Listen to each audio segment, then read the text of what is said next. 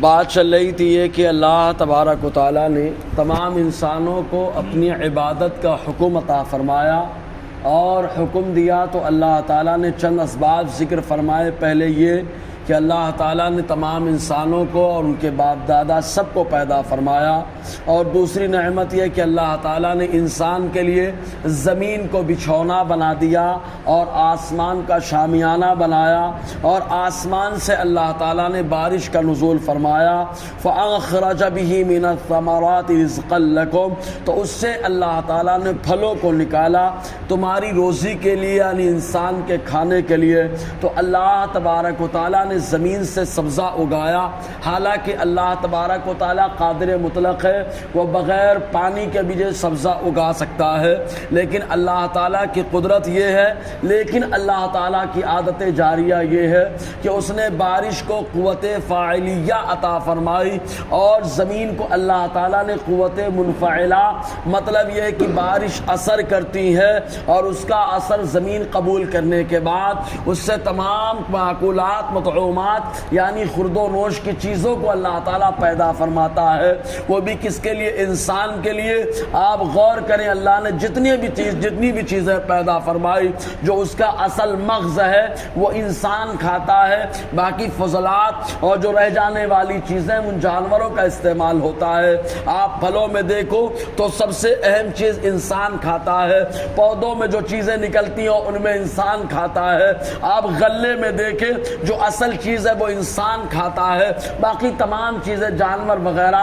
تو اس اعتبار سے اللہ تبارک و تعالیٰ نے انسان کے وسیلے سے، انسان کے ذریعے سے اللہ تبارک و تعالیٰ نے جانوروں کو بھی جو ہے روزی عطا فرما دی۔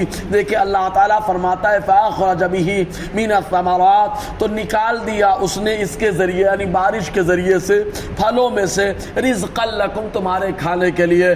اللہ تبارک و تعالیٰ اس بات پر بھی قادر ہے کہ انسان کو بغیر غذا اور بغیر پانی کے زندہ رکھے، لیکن اس کی عادت جاریہ ہے کہ انسان کو زندگی اور قوت دے رہا ہے تو پانی اور کھانے کے ذریعے سے دے رہا ہے، رزقا لکم۔ لیکن اللہ تعالیٰ نے یہ بھی باتیں رکھی، تمام چیزیں اللہ نے پیدا فرمائی، لیکن یہ قید لگا دی کہ پاکیزہ چیزیں کھائیے۔ اب پاکیزہ چیز کیا ہے؟ جن کو اللہ تعالیٰ نے حلال ٹھہرایا وہ حلال چیزیں سب پاکیزہ ہیں، اور جن کو اللہ تعالیٰ نے حرام ٹھہرا دیا وہ تمام چیزیں پاکیزہ نہیں ہے، وہ تمام چیزیں وہ ہیں جن سے اللہ تعالیٰ نے منع فرما دیا۔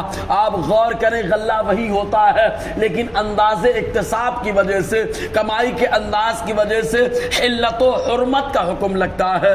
اگر آدمی وہی گیہوں محنت کی کمائی سے لاتا ہے تو وہ حلال ہوتا ہے، اور اگر چرا کر کے لاتا ہے تو وہ حرام ہو جاتا ہے۔ تو اللہ تعالیٰ نے تمام چیزیں انسان کے لیے بنائی، لیکن کچھ قید لگا دی کہ اس طریقے سے کھاؤ گے تو حلال ہے، اور اس طریقے سے کھاؤ گے تو حرام ہے۔ اللہ تعالیٰ نے ان تمام نعمتوں کو انسان کے ساتھ کیا۔ اس کے بعد فرماتا ہے فَلَا تَجْعَلُوا لِلَّهِ أَنْدَادًا، لہٰذا اللہ کے ساتھ کسی کو ساجدار مت بناؤ، نہ سورج کی پوجا کرو، نہ چاند کی عبادت کرو، نہ لکڑے کی عبادت کرو، اور نہ پتھروں کی پوجا کرو۔ اللہ ایک ہے جس نے ساری نعمتیں انسان کے اوپر نازل فرمائی، تو اس کے ساتھ کسی کو ساجدار نہ ٹھہرانا، اور کسی کو ساجدار بنانا، شریک ٹھہرانا، یہ اللہ تعالیٰ کی نعمتوں کی ناشکری ہے کہ اس نے جو ہے بندے پہ نعمت نازل فرمائی اور انسان اس نعمت کو دوسری طرف منسوب کر رہا ہے۔ بہرکیف تو اللہ تعالیٰ فرماتا ہے اس کے ساجدار مت بناؤ، وَأَنْتُمْ تَعْلَمُونَ، جبکہ تم سب کچھ جانتے ہو کہ اللہ تبارک و تعالیٰ ہی کارساز ہے، وہی خلاق کائنات ہے، وہی جو ہے پالنہار ہے، اور ساری روزی عطا کرنے والا وہی ہے۔ اللہ تعالیٰ ہر انسان کو روزی دیتا ہے۔ آپ غور تو کریں، آقا علیہ السلام نے ارشاد فرمایا کہ اگر تمہارا توکل اس طریقے سے ہو جائے جیسے پرندوں کا توکل ہوتا ہے تو تمہاری روزیاں تمہارے گھر میں پہنچ جائے۔ پرندوں کا توکل کیسا؟ تو حضور نے ارشاد فرمایا سویرے نکلتے ہیں، وہ بھوکے ہوتے ہیں، لیکن جب شام میں اپنے گھونسلے کی طرف واپس جاتے ہیں تو شام کے وقت اللہ تبارک و تعالیٰ انہیں شکم سیر واپس بھیجتا ہے۔ تو اگر ایسا توکل توکل انسان کا ہو جائے تو اللہ تبارک و تعالیٰ ان کی روزیاں ان کے گھروں میں پہنچا دے گا. یہی وجہ ہے کہ جانور اور پرندے تو اڑ کر کے روزی کما لیتے ہیں. کچھ ایسے کیڑے مکوڑے ہیں جو رہتے ہیں زمین کے اندر, لیکن اللہ تبارک و تعالیٰ وہاں بھی ان کی روزی کا انتظام فرما دیتا ہے.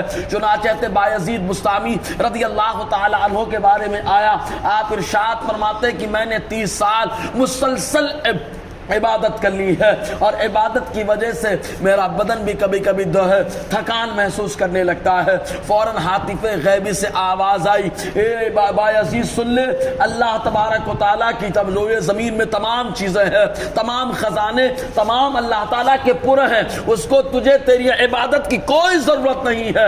چنانچہ جیسے ہی انہوں نے سنا تو فوراً کہا میں عبادت کرتا ہوں تو اپنے رب کو خوش کرنے کے لیے, اپنے فائدے کے لیے کرتا ہوں. تو بندہ عبادت کرتا ہے تو اپنے فائدے کے لیے, ورنہ اللہ تبارک و تعالیٰ بے نیاز ہے, اس کو کسی کی عبادت کی ضرورت نہیں ہے, اس کو کسی کی تعریف کی ضرورت نہیں ہے. وہ سراہا ہوا ہے, وہ عبادت کیا, وہ معبود لائق عبادت ہے, معبود ہے, اس کو کسی کی عبادت کی ضرورت نہیں. تو اللہ تعالیٰ نے نعمتوں کا ذکر فرمایا اور اس کے بعد فرمایا اس کے ساتھ کسی کو ساجدہ نہ بنائے. انشاءاللہ آگے اور گفتگو رہے گی. اللہ تعالیٰ ہم سب کو فیضان قرآن برکات قرآن سے مالا مال فرمائے.